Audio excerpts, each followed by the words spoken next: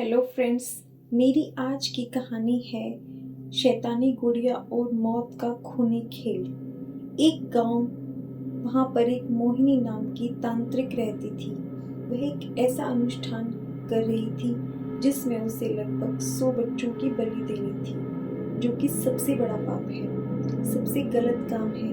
वह अपने शैतान को खोजकर अमर होना चाहती थी, जबकि सच्चाई ये है कि जिसने इस जमीन पर जन्म लिया है उसे एक न एक दिन मरना जरूर है। लेकिन उसकी चाहत कुछ ज्यादा ही बढ़ गई थी। इसके लिए वह हर रात को एक बच्चे की बलि देना चाहती थी और कोशिश भी यही करती थी कि वह अपने मकसद में कामयाब रहे। लेकिन किसी को इस बात की भनक लग चुकी थी और उसने गांव वालों को समझा दिया कि गांव में बच्चे यूं ही नहीं मर रहे, हमें इस बात की तह तक पहुंचना होगा और रात को हम निगरानी रखेंगे। फिर उन्होंने कुछ ऐसा देखा जिसे देखकर आंखें दंग रह गई।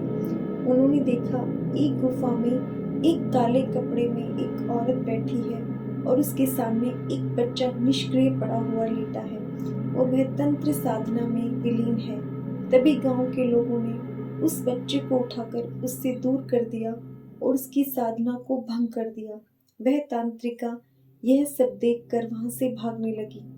तभी लोगों ने उसका पीछा किया और वह रात के अंधेरे में किसी झोपड़ी में जा घुसी।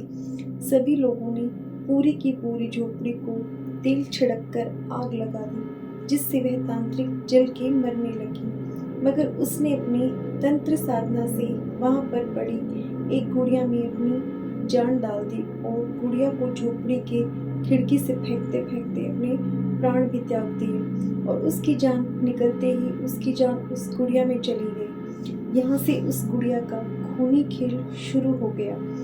वहीं उस गांव के कुछ नए लोग बाहर से रहने के लिए आए थे। उनमें एक बच्ची भी थी। जब वह लोग अपने घर में सो रहे थे तभी उस बच्ची को कुछ आवाजें सुनाई देती और वह बच्ची उठ जाती। उठने के बाद वह उठकर बाहर जाकर उस जली हुई झोपड़ी के पास पहुंच जाती। इतना हो जाता पर किसी को भनक भी नहीं लगती। वहां वह उस गुड़िया को देखती और उसे उठाकर अपने घर ले आती है। फिर वह बच्ची इस गुड़िया से बातें करने लगती है और इस तरह बच्ची के सहारे उस गुड़िया ने फिर से बच्चों को रात में बहकाना और अपने कब्जे में लेना शुरू कर दिया। धीरे धीरे बच्चों की मौत शुरू हो जाती है। अब तक उसने लगभग 4 बच्चों की जान ले ली थी। गांव वालों को लगा कि फिर से कहीं उस तांत्रिक का काम तो नहीं है। फिर से लोगों ने निगरानी करनी शुरू कर दी, लेकिन उन्हें कुछ पता ही नहीं चल रहा था। तभी उनका ध्यान उन नए लोगों पर गया।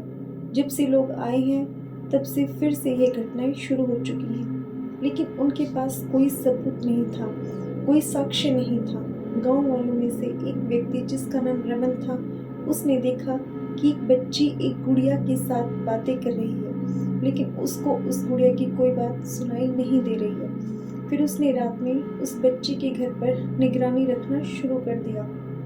उसने देखा कि अचानक रात में दरवाजा खुला और उसमें से एक गुड़िया निकलती है और जंगल की तरफ चलकर जाने लगती है। वहीं जाकर बैठ जाती है जहाँ वह तंत्रिका बैठती थी। साथ में वह गुड़िया मंत्र का उच्चारण भी कर रही थी। तभी एक बच्चा सम्मोहित होकर उसकी तरफ आने लगता है। उसने बच्चे को वहीं पे मार डाला। यह देखकर रमन घबरा गया और वहां से भाग लिया। उसने गांव के बहुत ही समझदार व्यक्ति महेश को सारी बातें बताई। तब महेश ने कहा कि समस्या का समाधान हमारे गुरुजी देंगे। वह लोग एक सुनसान चले गए। एक अघोरी थे जो जंगल में तपस्या कर रहे थे। तभी उसने उनके मन की बात जान ली। उसने कहा कि आ जाओ, वह गुड़िया कोई और नहीं, वह तांत्रिक ही है। बस वह मारने का तरीका बदल चुकी है। एक बच्ची का सहारा वो ले रही है। यदि उस बच्ची के गले में तुम ताबीज डाल दोगी तो उसके समूह से वह मुक्त हो जाएगी और तुम उस गुड़िया को काले कपड़े से ढक देना। उसके बाद मेरे पास ले आना, मैं उसे मंत्रों के साथ जला दूंगा। रमन और महेश दोनों ने उस बच्ची के यहाँ जाकर उसके माता पिता को सारी बातें बताई। पहले तो उसके माँ बाप कुछ मानने को तैयार नहीं थे, लेकिन उस रात उन्होंने अपनी आंखों से जो देखा उनको सारी बातें मानने के लिए मजबूर कर रही थी। और फिर अगली रात में वह बच्ची सो रही थी, तभी उस बच्ची को ताबीज़ पहनाने की कोशिश की गई। उसी समय उस खूनी गुड़िया ने लोगों पर हमला कर दिया, अपनी शक्ति से रमन को चोट पहुंचाई। हालात तो यह हो चुका था कि रहमान का सिर दीवार से टकरा टकरा कर फूट चुका था और वह बेहोश हो चुका था। लेकिन महेश बार बार चोट खाने के बाद भी बच्ची को ताबीज़ पहनाने में कामयाब हो गया। जैसे ही उसने ताबीज़ पहनाई, वैसे ही वो गुड़िया जमीन पर गिर पड़ी और महेश ने तुरंत उस पर एक काला कपड़ा डाल दिया।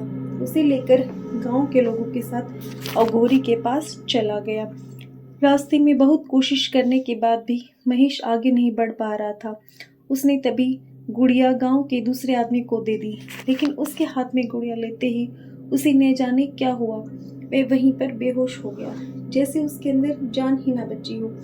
लोग समझ गए थे कि ये गुड़िया उन्हें आगे नहीं जाने देगी, लेकिन तभी वो अघोरी वहीं आ पहुंचा, उनके पास आया और पास आते ही सबसे पहले मंत्रों से उस गुड़िया को अपने वश में किया और उसे वहीं जला दिया।